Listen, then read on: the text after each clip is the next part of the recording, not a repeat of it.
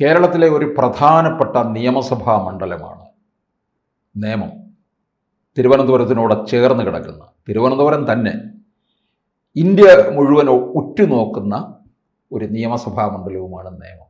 മറ്റൊന്നും കൊണ്ടല്ല, BJP 2016 account തുറന്നു, 21 മറ്റു ചിലരത് പൂട്ടിച്ചു, 26 പൂർവാധികം ശക്തിയോടുകൂടി BJP തിരിച്ചു പിടിച്ചു. അപ്പോൾ കേന്ദ്രം ഭരിക്കുന്ന ഒരു പാർട്ടിയുടെ MLA ആണിപ്പോൾ നേമത്തിന് കിട്ടിയിരിക്കുന്നത്. അതുകൊണ്ട് നേമം നിവാസികൾ വലിയ പ്രതീക്ഷയിലാണ്. കേന്ദ്രത്തിൻ്റെയും വലിയ ആനുകൂല്യങ്ങളും നേട്ടങ്ങളും ഒക്കെ ഉണ്ടാകും എന്നുള്ള രീതിയിൽ. അപ്പോൾ നേമം നിയമസഭാ മണ്ഡലത്തിലെ ഒരു പൊതുപ്രവർത്തകൻ എന്ന രീതിയിൽ ശ്രീ ശാന്തിവിള പത്മകുമാറിന് പല കാര്യങ്ങളും മുമ്പോട്ട് വയ്ക്കാനുണ്ടാകും. എന്തൊക്കെയാണ് നേമം മണ്ഡലത്തിൽ നേരിടുന്നത്? പ്രധാനമായിട്ടും കരുവന്നൂർ ബാങ്കും അല്ലെങ്കിൽ കണ്ടല ബാങ്ക് പോലെയും അവിടെയും ഉണ്ടൊരു ബാങ്ക് തട്ടിപ്പ് നടന്നിട്ടുണ്ട്. എന്താണ്, വെള്ളായണി അല്ലേ? അതാണല്ലോ പ്രധാനമായിട്ട് ഒരുപക്ഷെ പരിഹരിച്ച് കിട്ടേണ്ടത് അല്ലേ? അതെ. അല്ല, അത് തന്നെയാണ് ഞാൻ മുൻകൂട്ടി സൂചിപ്പിച്ചത്. ഇതെന്ന് പറഞ്ഞു കഴിഞ്ഞാൽ ഒരുപാട് പേര് ആ സഹകരണ ബാങ്കുമായിട്ട് സഹകരിച്ചുകൊണ്ട് പോയവരാണ്. സഹകരിച്ചുകൊണ്ട് അവിടെ ഒരുപാട് പൈസയൊക്കെ നിക്ഷേപിച്ചവരാണ്. ആ കാര്യങ്ങളിലൊക്കെ നമുക്കറിയാം, ഏതാണ്ട് 100 കോടി രൂപയോളം തന്നെ ആയിരിക്കുകയാണ്. അപ്പോൾ അതുകൊണ്ട് എത്രയും പെട്ടെന്ന് തന്നെയാണ് ഇത്തരം കാര്യത്തിൽ ബഹുമാനപ്പെട്ട നമ്മുടെ ഇപ്പം നിയുക്ത MLA ആയ രാജീവ് ചന്ദ്രശേഖർ സാർ ഇടപെടണം. പിന്നെ നമ്മളെ പ്രധാന പ്രശ്നമെന്ന് പറഞ്ഞു വരുമ്പോൾ നെൽവയറിൻ്റെ സംരക്ഷണം നമുക്ക് ആവശ്യമായ കാര്യങ്ങളാണ്. ആ മണ്ഡലത്തിൽ നെൽവയറുണ്ട്. അതായത് നേമം, പാപ്പനംകോട്, കോലിയക്കോട്, പൊന്നുമംഗലത്ത് പാടശേഖരം നികത്തങ്ങളെ തടയാനുള്ള സംവിധാനം വേണം. ഇത് നികത്തിക്കഴിഞ്ഞാൽ മാത്രമേ അവിടെ കൂടുതൽ നല്ല രീതിയിൽ ഡെവലപ്പ് വരികയുള്ളൂ. നെൽവയൽ സംരക്ഷണ നിയമം ഉണ്ടല്ലോ, നമുക്ക് ഉണ്ടെങ്കിലും അത് അറിയാതെ പോവുകയല്ലേ, പലയിടത്തും ശ്രദ്ധിക്കാതെ പോവുകയാണ്. എന്നാൽ മാത്രമേ കൃഷിക്കാർക്ക്, അവർ പാടശേഖരങ്ങളിൽ ജോലി ചെയ്യുമ്പോഴേ അവർക്ക് കൃഷിക്കാർക്ക് ജോലികൾ കൂടുതൽ വർദ്ധിക്കുകയും അവർക്ക് സബ്സിഡി കൊടുക്കാനുള്ള അവസരങ്ങൾ വരികയും ചെയ്യും. അപ്പം ഈ പാടശേഖരങ്ങളെ മൂടി പൊട്ടിക്കാനുള്ള പരിപാടി ചെയ്യരുത്. അവരെ പ്രവർത്തനത്തിലേക്ക്, അവരെ കൂടെ ഈ നയത്തിലേക്ക് കൊണ്ടുവരണം. വെള്ളായണി ഭാഗം എന്ന് പറഞ്ഞാൽ നമ്മൾ 5 കിലോമീറ്റർ 6 കിലോമീറ്റർ എന്നൊക്കെ പറയുമെങ്കിലും ഒരുപാട് വയലും കാര്യങ്ങളും ഉള്ള സ്ഥലങ്ങളാണ്. വെള്ളായണി, പുഞ്ചക്കരി, എന്തെല്ലാം പ്രദേശങ്ങളാണ്. അപ്പോൾ അതിനെ സംരക്ഷിക്കുക എന്നുള്ളതാണ്. രണ്ടാമത് മാലിന്യ സംസ്കരണം വളരെ ആവശ്യമായ കാര്യമാണ്. ഇപ്പോൾ നേമത്തെ ടെൻഡറൈസ്ഡ് വാസ്റ്റ് പ്ലേറ്റ് എന്ന് പറയുന്ന രീതിയിൽ ഇപ്പോഴും വെള്ളമുണ്ട്. ഈ വേസ്റ്റുകൾ കൊണ്ട് പല ഭാഗത്തും കൊണ്ടിടുകയാണ്. ഇപ്പോൾ ഈ വേസ്റ്റുകളെല്ലാം കൊണ്ടിടുന്നത് വെള്ളായണി, കിരീടം പാലവും കായലുമായിട്ട് ബന്ധപ്പെട്ട പ്രദേശങ്ങളിലാണ്. അതിനൊക്കെ ഒരു പ്രത്യേക വേസ്റ്റ് പ്ലാന്റ് തന്നെ ഉണ്ടാക്കണം. ഈ ഒരു ടൂറിസം സാധ്യതയുള്ള ഇടമല്ലേ വെള്ളായണി കായൽ? തീർച്ചയായിട്ടും. ഇതിനെക്കുറിച്ച് ഇടയ്ക്ക് സുരേഷ് ഗോപിയൊക്കെ MP ഒക്കെ വന്ന സമയത്തും മുഹമ്മദ് റിയാസ് മന്ത്രിയായിരുന്ന സമയത്തൊക്കെ ഇടപെട്ടിട്ടുള്ളതാണ്. ഇല്ലാന്ന് പറയുന്നില്ല. ഇപ്പോൾ കാലഘട്ടങ്ങൾ കഴിഞ്ഞു പോയത്. അതിനോടൊപ്പം തന്നെ കിരീടം പാലവും ഏറ്റവും വലുതാണ്. കിരീടം പാലത്തിന്റെ പണി വന്നതോടുകൂടിയാണ് കിരീടം പാലം തന്നെ വർദ്ധിച്ചത്. എനിക്ക് തോന്നുന്നു ഒരു സിനിമാ ലൊക്കേഷൻ പിന്നീട് ഇങ്ങനെ ഇത്ര സംരക്ഷിക്കപ്പെടുന്ന വേറെ ഇല്ല. അത് ഞാനല്ല, അത് വ്യക്തിപരമായിട്ട് മുഹമ്മദ് റിയാസ് മന്ത്രി തന്നെയാണ് പറഞ്ഞത്. ഞാൻ കേരളത്തിനകത്ത് ഇങ്ങനെ ഒരു സ്ഥലമാണ് ആദ്യമായിട്ട് പൊട്ടിപ്പൊളിഞ്ഞു കിടന്ന ഒരു പാലത്തെ സംരക്ഷിച്ച ഒരു സ്ഥലമെന്ന് പറയുന്നത് ഈ കിരീടം പാലമാണ്. അതുകൊണ്ട് എൻ്റെ അഭിപ്രായത്തിനകത്ത് അദ്ദേഹം മന്ത്രിയായിരുന്ന സമയത്ത് പറഞ്ഞതാണ്, ഞാൻ കേരളത്തിൽ മൊത്തം ഏതെല്ലാം സ്ഥലങ്ങളിൽ ഇത്രയും നല്ല രീതിയിൽ ഷൂട്ടിംഗ് ചെയ്തിട്ടുള്ളത്. അതാണ് ഞാനെന്നും പറഞ്ഞ ഭാർഗവി നിലയമായാലും അല്ലെങ്കിൽ അത്തരത്തിലുള്ള ഏത് സിനിമകളിൽ നല്ല രീതിയിൽ ചെയ്യാൻ ശ്രമിക്കുമെന്ന് പറഞ്ഞു. അതിനുശേഷം അതിൻ്റെ ഉദ്ഘാടനം നടത്താൻ വേണ്ടി ശ്രമിക്കുകയായിരുന്നു. അത്രത്തോളം കിരീടം പാലത്തിൽ മാറ്റങ്ങൾ വന്നിട്ടുണ്ട്. ഇരിക്കാനുള്ള സംവിധാനം, എല്ലാ സംവിധാനങ്ങളും ഉണ്ട്. ഞാൻ ഇതിനിടയ്ക്കും പറഞ്ഞു, ഇപ്പം നമ്മൾ ഇതിനിടയിൽ ഭരണങ്ങളൊക്കെ വന്നതുകൊണ്ടാണ്. അല്ലെങ്കിൽ ഒരു ബസ് സർവീസ് വേണമെന്നുള്ള ശക്തമായ ഒരു ആശയം. ഒരു ബസ് സർവീസ് എന്ന് പറഞ്ഞാൽ തമ്പാനൂരിൽ നിന്നും ഈ കിഴക്കേക്കോട്ടയിൽ നിന്നും കിരീടം പാലം എന്നും പറഞ്ഞൊരു ബസ് ഇട്ട് കഴിഞ്ഞാൽ സ്ഥിരമായിട്ട് ആൾക്കാർ പോകും. ഇത് കാണാൻ വേണ്ടി ഒരാഴ്ച കഴിയുമ്പോൾ തന്നെ ആൾക്കാരെല്ലാം കിരീടം പാലം കാണാൻ പോകുന്നവരുണ്ട്. കിരീടം പാലം എന്ന് പറഞ്ഞാൽ പിന്നെ ആ പ്രദേശമാർക്കകത്ത് അത് നമുക്ക് ഏതായാലും KSRTCയുടെ പുതിയ മന്ത്രിയൊക്കെ വരുമ്പം ഈ നിർദ്ദേശം മുമ്പോട്ട് വയ്ക്കണം. ഇങ്ങനെ ഒരു ബസ് സർവീസ് ഇടണമെന്ന്. പ്രത്യേകിച്ച് ധാരാളം ആൾക്കാർ വരും. പ്രത്യേകിച്ച് സ്ത്രീകൾക്ക് സൗജന്യ യാത്ര കൊടുക്കാൻ പറഞ്ഞിട്ടുണ്ട്. അപ്പൊ വീട്ടിൽ നിന്ന് സ്ത്രീകളൊക്കെ ഇറങ്ങും.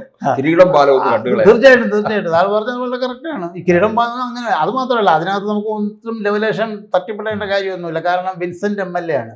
അദ്ദേഹം ഇത്തരം കാര്യങ്ങൾ ചെയ്യുന്നതിലേക്ക് വളരെയധികം പ്രാധാന്യമുള്ള ഒരു വ്യക്തിയാണ്. കിരീടം പാലം ഇരിക്കുന്നത് കോവളം മണ്ഡലത്തിൻ്റെ അകത്താണ്. അപ്പോൾ അദ്ദേഹം അതിനു വേണ്ടിയുള്ള ശ്രമങ്ങളൊക്കെ നടത്തുമെന്നുള്ളത് 100% വിശ്വാസമാണ്.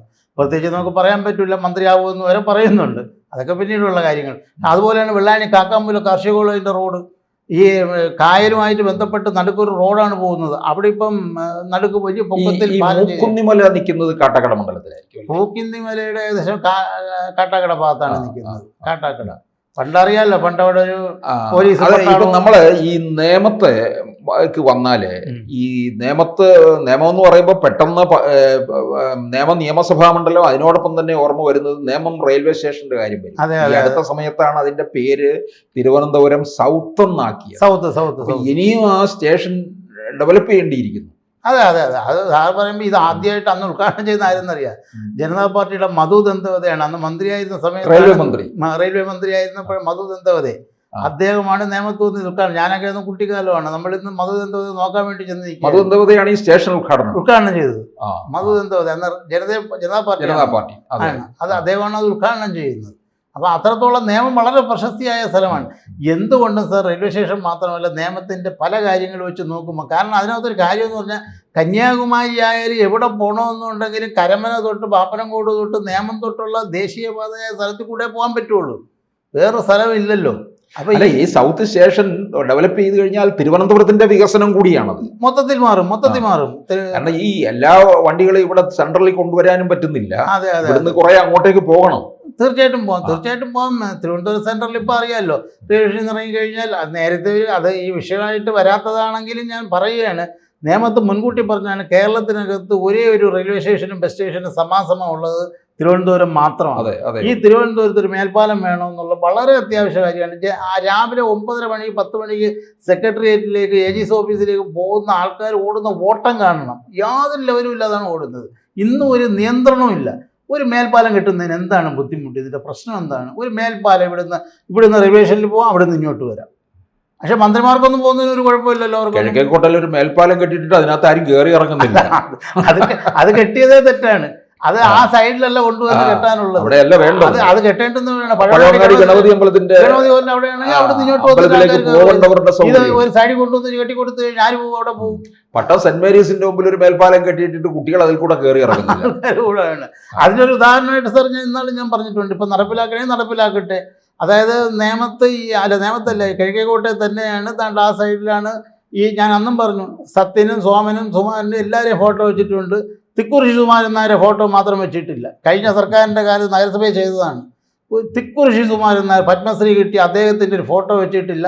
സത്യനുണ്ട്, പ്രേംനസീറുണ്ട്, എന്തിനേറെ ഇപ്പോഴത്തെ ജഗദീഷുണ്ട്, സുരാജ് വെഞ്ഞാറമൂടിൻ്റെ ഫോട്ടോ എല്ലാവരുടെയും ഉണ്ട്. പക്ഷേ തിക്കൂർ ശിശുകുമാരൻ നായരുടെ ഫോട്ടോ ഇല്ല. ഇപ്പം ഞാൻ ഒരാഴ്ചയ്ക്ക് നോക്കിയപ്പോൾ പണി നടക്കുന്നു. ഞാനൊരു അപേക്ഷ മേയർ VV രാജേഷിന് കൊടുത്തിട്ടുണ്ട്. അത് തീർച്ചയായിട്ടും അദ്ദേഹം ചെയ്യുമെന്നാണ് പ്രതീക്ഷിക്കുന്നത്. ഇന്നും ഞാൻ നോക്കിയപ്പോൾ അവിടെ പണി നടക്കുകയാണ്. പക്ഷേ ഒരു തിക്കൂർ ശിശുകുമാരൻ നായർ മണ്ഡലത്തില് ഈ നേമം മണ്ഡലം എനിക്ക് തോന്നുന്നു ഒരു കാർഷിക മേഖലയും കൂടിയാണ്. അപ്പൊ അത്തരത്തിലുള്ള പുരോഗതിയും ഉണ്ടാകണം. അതാണല്ലോ നേരത്തെ പറഞ്ഞത്, നെൽവയൽ സംരക്ഷണം, അതുപോലെ ജലാശയങ്ങളുടെ സംരക്ഷണവും ആവശ്യമുണ്ട്. ഇതെല്ലാം കൃഷിക്കാരായിട്ടുള്ള ഒരുപാട് പേരുണ്ട്. നമ്മളെല്ലാം സിറ്റി നിന്നല്ല, 5 കിലോമീറ്റർ ചുറ്റളവ് കഴിയുമ്പോൾ എല്ലാം ഗ്രാമപ്രദേശങ്ങൾ പോലെ തന്നെയാണ്. വിജയനാഥ് സാർ ആദ്യം സൂചിപ്പിച്ച മാതിരി തന്നെയാണ്. ഇതൊരു ഗ്രാമപ്രദേശവും കൂടെയാണ്. ജനങ്ങളേറെ ഇഷ്ടപ്പെടുന്ന ഒരു സ്ഥലമാണ് നേമത്ത്. എത്രയോ പേർക്ക് ശാന്തി സമാധാനമായിട്ട് കഴിഞ്ഞു പോകാവുന്ന ഒരു സ്ഥലമെന്നേ എനിക്ക് പറയാൻ പറ്റുള്ളൂ നേമം മണ്ഡലം. അപ്പം നേമം വികസിക്കണം, വികസിച്ചത് തിരുവനന്തപുരം തന്നെ, അത് തിരുവനന്തപുരത്തിന്റെ വികസനമായി മാറുമെന്നുള്ളതാണ്. അതിനകത്ത് വീണ്ടും ഒരിക്കൽ കൂടെ ഒരു അഭ്യർത്ഥന നടത്തുകയാണ്. ഈ വെള്ളായണിമുക്കിലെ സഹകരണ ബാങ്കിൽ നടന്ന വെട്ടിപ്പിൽ വന്ന സംഭവത്തിൽ വെട്ടിച്ചവരെന്തോ ആയിക്കൊണ്ട് അവർ നടപടി, പക്ഷേ അവർക്ക് കഷ്ടത അനുഭവിക്കുന്നവർക്ക് എങ്ങനെയെങ്കിലും തുക അനുവദിക്കാൻ ഇപ്പോഴത്തെ MLA ആയ രാജീവ് ചന്ദ്രശേഖരൻ സാർ സത്വര നടപടി സ്വീകരിക്കണമെന്നുള്ളത് എൻ്റെ ഒരു മുൻ സൈനികൻ എന്നുള്ള രീതിയിലും ഒരു പൊതുപ്രവർത്തകൻ എന്നുള്ള രീതിയിലും ഞാൻ അഭ്യർത്ഥിക്കുകയാണ്. കൂടുതൽ വാർത്തകളും വിശേഷങ്ങളും നിങ്ങളിലേക്ക് എത്താൻ ABC മലയാളം സബ്സ്ക്രൈബ് ചെയ്യുക, ബെൽ ബട്ടണും അമർത്തുക.